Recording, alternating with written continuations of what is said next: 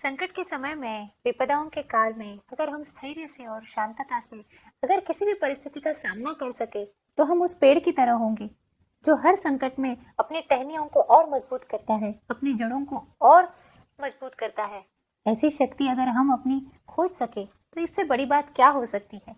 यही है आज का विषय।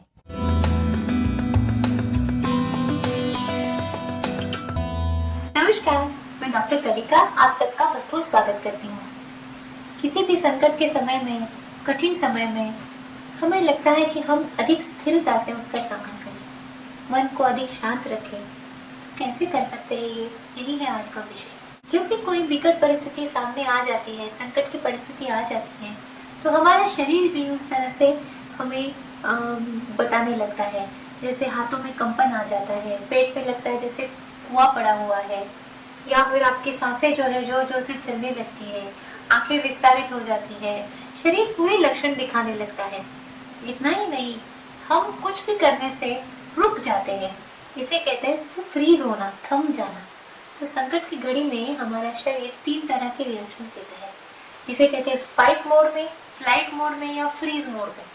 मतलब या तो हम भाग जाना चाहते हैं, डर जाते हैं, उस सिचुएशन से निकल जाना चाहते हैं, या हम कुछ भी नहीं कर पाते, फ्रीज हो जाते हैं, थम से जाते हैं।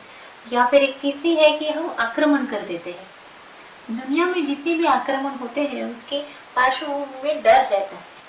जब इंसान डर जाता है तो वो आक्रमण करता है। दिखने को तो दिखता है कि वो बहुत शक्तिशाली है, किंतु उसका जो उगम है वह डर से होता है। तो जब भी हम डर जाते हैं तो हम अपने दिमाग के एमिगडाला से काम करते हैं। यहाँ पे हम डर की भावना का अनुभव करते हैं, और ऐसी सिचुएशन में हम जब आते हैं तो हम कोई भी कार्य नहीं कर पाते हैं। तो यहीं पे आवश्यकता बन जाती है कि हम स्थिर कैसे हों। और सबसे अच्छा उपाय यहाँ पे ये है कि एक अच्छा सा दीर्घ श्वास लेना है। जैसे जैसे हम धीरे धीरे श्वास को लेते हैं, शरीर में ऑक्सीजन की मात्रा बढ़ जाती है। फिर शरीर हमें कहने लगता है कि सब ठीक है, आप सुरक्षित हो, मतलब ऑल इज वेल। जब ये फीलिंग आ जाती है तो हमारा जो स्ट्रेस हार्मोन है कॉर्टिसोल, उसका सिक्रेशन भी कम होने लगता है, और फिर हम अब जाके कहीं शांत हो जाते हैं, फिर सोचने लगते हैं। यहीं से फिर हम सॉल्यूशन मोड में आ जाते हैं, क्योंकि जब हम सोचने लगते हैं तब ये शक्यता बन जाती है कि हमें अपनी किसी भी संकट का कोई उपाय मिल जाएगा। तो यहाँ पे पहली बात जो हमें याद रखनी है कि अंडरस्टैंड द सिचुएशन, माने परिस्थिति को पहले समझना है कि परिस्थिति का गांभीर्य कितना है, इसकी व्यापकता कितनी है, ये कितने दिनों तक चलेगा। थोड़ा समय से आगे भी सोचने की आवश्यकता है कि कोई भी संकट है वो अभी के लिए है या दूर तक चलेगा, इसके आगे के परिणाम क्या हो सकते हैं, और इसके अनुसार हमें तय करना है कि मुझे क्या कृति करनी है। जब हम तय करने लगते हैं, जब हम चुनाव करने लगते हैं, तब हम अपनी कृति की जिम्मेदारी लेते हैं, और इसे कहते हैं कि रिस्पॉन्ड मोड में आना। माने हमारी जो प्रतिक्रिया है उसमें सोच ऐड हो जाती है, और सोच के साथ जब हम प्रतिक्रिया देते हैं, हम अधिक शक्तिशाली होने का अनुभव करते हैं, नियंत्रण का अनुभव करते हैं। तो ये हमारा पहला स्टेप है, ये हमारी शुरुआत है। अब इससे आगे जब चलते हैं तो हमें यह सोचना है कि अब इस परिस्थिति में मैं क्या कर सकती हूँ। हमेशा परिस्थिति एक है और मैं सिर्फ विक्टिम मोड में हूँ, मैं कुछ भी नहीं कर सकती हूँ, मैं सिर्फ रोना चाहती हूँ, मैं दुख करना चाहती हूँ, या फिर लोगों से थोड़ी सिंपैथी लेना चाहती हूँ। इस मोड में जो लोग रहते हैं वो कभी भी किसी भी मुसीबत का सामना नहीं कर पाते। जो सोचते हैं, जो स्वयं को स्थिर रखते हैं, तभी ये आगे चल पाते हैं। तो मैं क्या कर सकती हूँ? तो मैं बहुत कुछ कर सकती हूँ। मेरा पहला कर्तव्य क्या है, यह मुझे देखना है। और इसमें सबसे महत्वपूर्ण बात है कि किसी भी परिस्थिति के 2 घटक होते हैं, जो हमारे नियंत्रण में होते हैं और जो हमारे नियंत्रण में नहीं होते हैं। जो हमारे नियंत्रण कक्षा में आते हैं उसके बारे में हम सोच के कुछ कर सकते हैं। तो यहाँ पे हम आज की परिस्थिति में हम स्वयं को अधिक सुरक्षित रख सकते हैं, दूसरों को सुरक्षित रख सकते हैं, स्वयं की वजह से दूसरों को मुसीबत में ना डालें, यह देख सकते हैं। तो इतना तो हम कर ही सकते हैं, जैसे मास्क पहनना है, वैक्सीन लेना है, हाथों को बार बार धोना है, ये सब तो आप जानते हैं। तो इतनी सारी खबरदारियां अगर हम लेते हैं, स्वयं को सुरक्षित रखते हैं, आसपास के लोगों को रखते हैं, तो ये बहुत बड़ा कर्तव्य पालन हो गया है। अब इसके आगे भी बहुत आवश्यकता इस बात की है कि हम अपने मन को भी सक्षम करें, सुदृढ़ करें।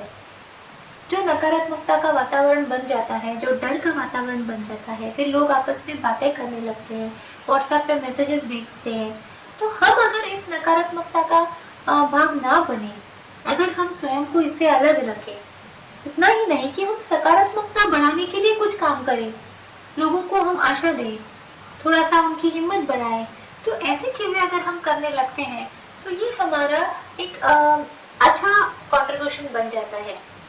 ये करना बहुत आवश्यक है। इतना ही नहीं कि स्वयं की जैसे हम शारीरिक प्रतिकार शक्ति बढ़ाते हैं, मन की प्रतिकार शक्ति बढ़ाने के लिए मन का आहार लेना भी आवश्यक बन जाता है। तो अच्छे विचारों को सुनना, अच्छे विचारों को पढ़ना, हमें जो पसंद है उन चीज़ों को घर में बैठ के कैसे कर सकते हैं ये करना। इतना ही नहीं, सबसे आवश्यक बात इसमें यह है कि हमें चिंता नहीं करनी है। अगर हम चिंता करने लगे तो हम अपनी शक्ति खो देते हैं। चिंता हम तभी करते हैं जब भविष्य के बारे में कल्पना करते हैं, या फिर हम भूतकाल से सोच के हमें लगता है कि जैसे कल हुआ था, परसों हुआ था, पिछले साल हुआ था, वैसे ही आज होगा। ये सारे कल्पनाएं हैं। इनसे निकल कर हमें कहीं ना कहीं वास्तव में आना है, जैसे वर्तमान काल में आना है। तो स्टेप बाय स्टेप आज मैं कितना कर सकती हूँ। जब विकट परिस्थिति आ जाती है तो हमारे हाथ में एक ही चीज रहती है कि हमें एक एक कदम उठा के आगे चलना है। आप में से कईयों ने रात में ट्रेकिंग की होगी। अगर आपने रात में ट्रेकिंग की है या रात में अपने गांव में कहीं चले हैं जहां अंधेरा है, तो हम क्या करते हैं कि अपने हाथ में टॉर्च होता है, उतनी ही लाइट होती है जितने हम 2 कदम चल सकते हैं। तो उसी लाइट में धीरे धीरे हम आगे बढ़ते हैं और फिर ऐसा हो जाता है कि थोड़े समय के बाद हम जंगल से बाहर निकल आते हैं। तो यही है, जब विपरीत परिस्थिति आ जाती है तो बहुत ज्यादा प्लानिंग, बहुत ज्यादा इमेजिनेशन, कल्पनाएं, इसकी आवश्यकता नहीं है। हाँ, दूरदृष्टि को, परिस्थिति को समझना है, किंतु रोज के लिए ये तय करना है कि मैं आज क्या कर सकती हूँ, अभी क्या करना है, कितना आवश्यक है, कितना मैं दूसरों के लिए कर सकती हूँ, और हमारे कर्तव्यों को करते रहना है। ये अगर हम करेंगे तो हम चिंता के शिकार नहीं बनते। अगर हमारे काम भी नहीं रुकते हैं, नहीं तो फिर वो क्या हो जाता है, जैसे एनालिसिस पैरालिसिस जिसे कहते हैं, कि हम सोचते रहते हैं, चिंता करते बैठते हैं और इससे हमारे सारे काम रुक जाते हैं। फिर empty mind is a devils workshop. बिना काम के जो बैठे हैं और कल्पनाएं करने लगते हैं और विचार करने लगते हैं, फिर फोन करके किसी को बताते हैं, अपनी चिंता किसी और के कांधे पे रख देते हैं और चिंता की श्रृंखला बढ़ाने लगते हैं। तो ये तो हम रोक ही सकते हैं। अब अगर किसी के घर में कुछ दुख है, किसी के यहाँ कुछ संकट है, तो 2 तरह के लोग होते हैं। एक उस तरह के होते हैं जो उनके घर जाके उनके साथ रोने बैठ जाते हैं और उनके जैसे दुखी हो जाते हैं, उनके जैसे ही निराश हो जाते हैं। इसे एम्पैथी नहीं कहते। एम्पैथी माने सह अनुभूति यह है कि समझना है, थोड़ा अनुभव लेना है कि हाँ वो दुखी है, इसका दुख तो हमें होता है, किंतु यहाँ पे हमें स्थिर रहना है और स्थिर रह के उनके लिए हमें ऊर्जा का स्रोत बनना है, सकारात्मकता उन्हें देनी है। तब जाके नकारात्मकता जो है वो धीरे धीरे कम हो जाती है। नकारात्मक निकालने से निकलती नहीं है, सकारात्मकता बढ़ाने से नकारात्मकता धीरे धीरे कम हो जाती है। तो ये सबसे बड़ा काम हम कर सकते हैं कि अच्छे विचार, अच्छी भावनाएं, हिम्मत वाले विचार हम लोगों को दे सकते हैं और जो वास्तविक उन्हें जो मदद चाहिए वो भी हम कर सकते हैं। तो ये सब करते करते जब हम सोचते हैं तो भगवद गीता की याद आ जाती है। श्री कृष्ण जी ने अर्जुन से कहा था, सुख दुखे सबे कृत्वा लाभा लाभो जया जयो ततो युद्धाय युज्यस्व नैवं पापम अवाप्स्यसि। इसका मतलब यह है कि जब हम अपना कर्तव्य कर रहे हैं तो बस वही करना है। हे अर्जुन, तेरा कर्तव्य युद्ध करना है तो अभी वही कर। आज हमारी भी आसपास युद्धजन्य परिस्थिति है जैसे, तो जो हम करना चाहते हैं, जितना कर सकते हैं उसमें पूरा फोकस डाल के पूरे मन से वो काम करना है। यहाँ परिणामों का विचार नहीं करना है, सुख दुख, यश अपयश, लाभ नुकसान, इसका विचार नहीं करना है। जो हमारा कर्तव्य है उसे करते रहना है। संकट की घड़ी में यही सबसे बड़ी बात होती है और ये सब करते करते हमें प्रेरणा लेनी चाहिए जिन्हें हमें रोल मॉडल मानते हैं। अगर हमारे रोल मॉडल छत्रपति शिवाजी है तो सोचना चाहिए कि इस समय में अगर वह होते तो वो कैसे प्रतिक्रिया देते, वो कैसे निर्णय लेते, वो स्वयं को कैसे रखते। अगर हमारे रोल मॉडल श्री राम है तो उन्हें तो हम मर्यादा पुरुषोत्तम कहते हैं, उन्हें जो हर परिस्थिति में स्थिर रहे।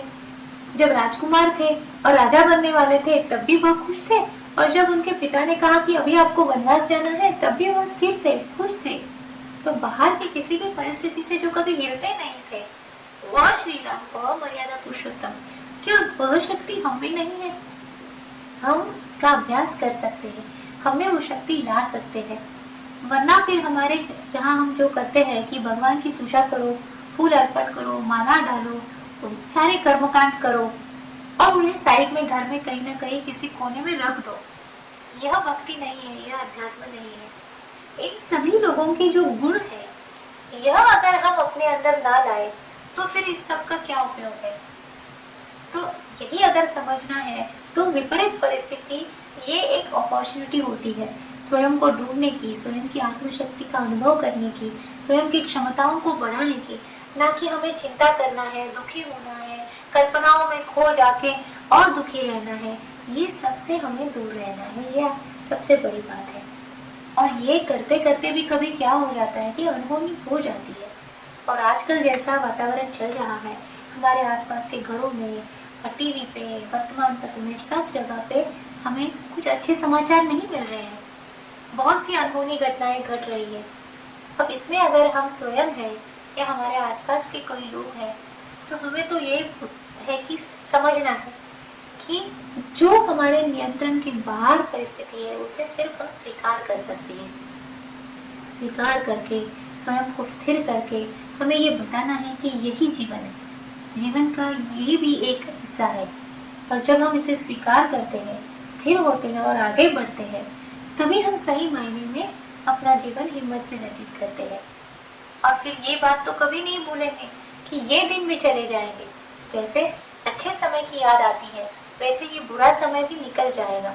हर परिस्थिति की, घटना की और बुरे चीज़ों की जैसे अच्छी चीज़ों की होती है शुरुआत, वैसे होता है उसका अंत। जीवन में हर चीज़ बदलने वाली है, तो ये समय भी निकल जाएगा।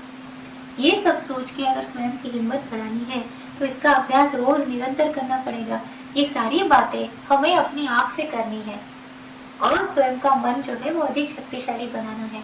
अगर हम रोज प्राणायाम करते हैं, थोड़ा ध्यान का अभ्यास करते हैं और स्वयं को सकारात्मक विचारों में रखते हैं तो पूरा जीवन ही हमारा बदल जाता है। फिर एक दिन संकट आ गया और फिर हमने कुछ ऐसा किया, ऐसे होने वाला नहीं है। ये एक निरंतर प्रक्रिया है और ये समझ के जब हम आगे चलते हैं तो हम हर परिस्थिति में, अनपेक्षित संकटों में भी स्थिर होते हैं, स्थिर रहते हैं। तो यही है कि संकट के काल में भी कुछ सीखना आवश्यक बन जाता है। शायद हमें यही सीखने के लिए ये परिस्थिति सब आसपास हो रही है। तो जितना हम व्यक्तिगत स्तर पे, सामाजिक स्तर पे स्वयं को समझे, थोड़ा सा आत्म परीक्षण करें और नई ऊर्जा से आगे बढ़े तो ये परिस्थिति भी निकल जाएगी। वैसे मेरी आप सबसे बहुत शुभकामनाएं हैं और मैं ये प्रार्थना करती हूँ कि आप सारे सुदृढ़ रहे, सुरक्षित रहे और आने वाली जीवन में आप सुखी रहे। अपना ख्याल रखिए, फिर मिलते हैं। अगर आपको पसंद आया हो तो लाइक, शेयर और सब्सक्राइब करना मत भूलिए। धन्यवाद।